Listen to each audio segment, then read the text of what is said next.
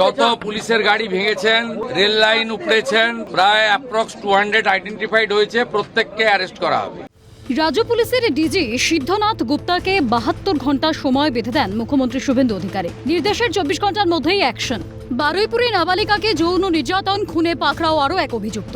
বসিরহাট এলাকায় STF, Baruipur SOG এবং জেলা পুলিশের যৌথ অভিযানে অভিযুক্ত কবির মোল্লাকে পাকড়াও করা হয়েছে। বুধবার সকাল পর্যন্ত মোট গ্রেফতারির সংখ্যা 4।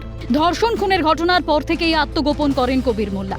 গোপন সূত্রে খবর পেয়ে যৌথ বাহিনী অভিযান চালিয়ে তাকে পাকড়াও করে পুলিশ। এ বিষয়ে দিলীপ ঘোষ বলেন, গত 50 বছরে কোনো সরকার 24 ঘন্টার মধ্যে অপরাধীদের ধরে নিয়ে এসে আইনের সামনে এনেছে, এটা হয়েছে কখনো?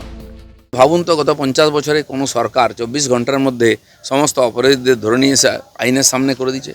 মুখ্যমন্ত্রী নিজে গিয়ে ওখানে পীড়িত পরিবার থেকে আরম্ভ করে সাধারণ মানুষ থেকে আরম্ভ করে আন্দোলনকারী সবার সঙ্গে কথা বলেছেন।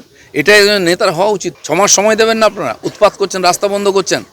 ভরসা রাখুন সরকারের উপরে। যে ঘটনা হয়ে গেছে তার আইনি যা করার দরকার সেটা সরকার করবে। ধীরে আমরা টাইট করছি ব্যবস্থাকে, যাতে এই ধরনের দুর্ভাগ্যজনক ঘটনা না হয়।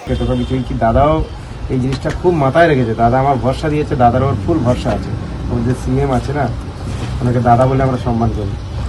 দাদা ফুল ভরসা দিয়েছে, ওনার ওর ফুল বিশ্বাস, আশা, ভরসা সব আছে। দাদা বলে তুমি শুধু আমার কাজ দেখে রাখো। আর সত্যি দাদার উপর আমাদের ভরসা আছে।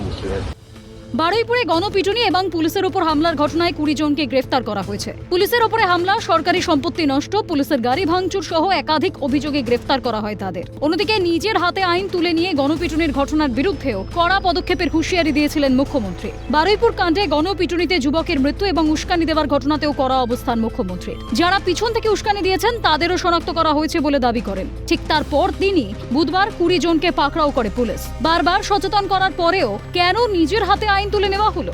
পুলিশের উপর হামলা, গণপিটুনিতে কাদের উস্কানি ছিল? কে বা কারা জড়িত এই ঘটনার পিছনে? এখন তাদের বিরুদ্ধে কি পদক্ষেপ নেওয়া হয় সেটাই দেখার। পুলিশের উপরে যে হামলা হয়েছিল এবং যে সরকারি সম্পত্তি নষ্ট হয়েছিল সেই অভিযোগে 20 জনকে গ্রেপ্তার করেছে পুলিশ। হাসপাতালে এই মুহূর্তে 20 জন যারা সরকারি সম্পত্তি নষ্ট, পুলিশের ওপরে হামলা, পুলিশের গাড়ি ভাঙচুর সহ যে একাধিক অভিযোগ আছে, সেই অভিযোগে যে 20 জনকে গ্রেপ্তার করা হয়েছে তাদেরকে বারুইপুর হাসপাতালে নিয়ে আসা হয়েছে শারীরিক পরীক্ষার জন্য। বারুইপুর থেকে জাহেদ মিস্ত্রি, সিএন নিউজ।